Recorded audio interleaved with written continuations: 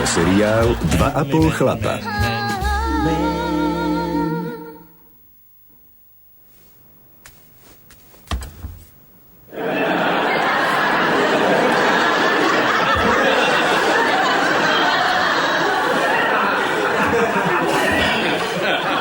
Už nikdy viac.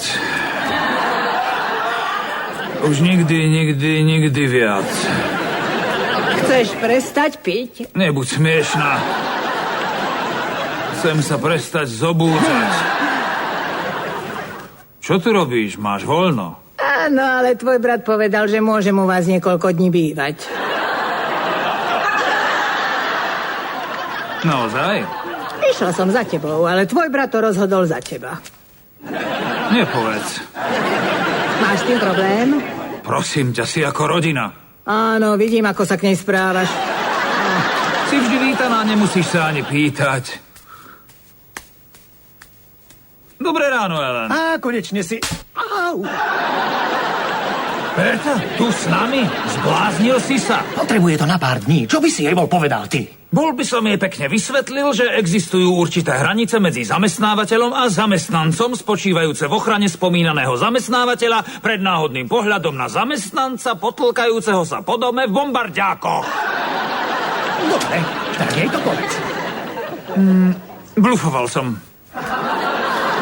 Pozri, Charlie, je to len na pár dní. Prežijeme to. Áno, ale nebolo by to potrebné, keby si nebol pozývať ľudí do môjho domu bez môjho súhlasu. Hej, aj ja tu bývam. To aj mravce. A napriek tomu mi nepozývajú hostí do domu. Ty ma porovnávaš s mravcami? Ale figu, mravcov sa dá zbaviť. Veľmi by ma bolelo, keby si to myslel vážne. Nepochopil si? Nič to. Skúsim to ináč. Vieš, prečo som od teba za to nikdy nepýtal peniaze? No, predpokladám, že zo súcitu s mojou ťažkou životnou situáciou.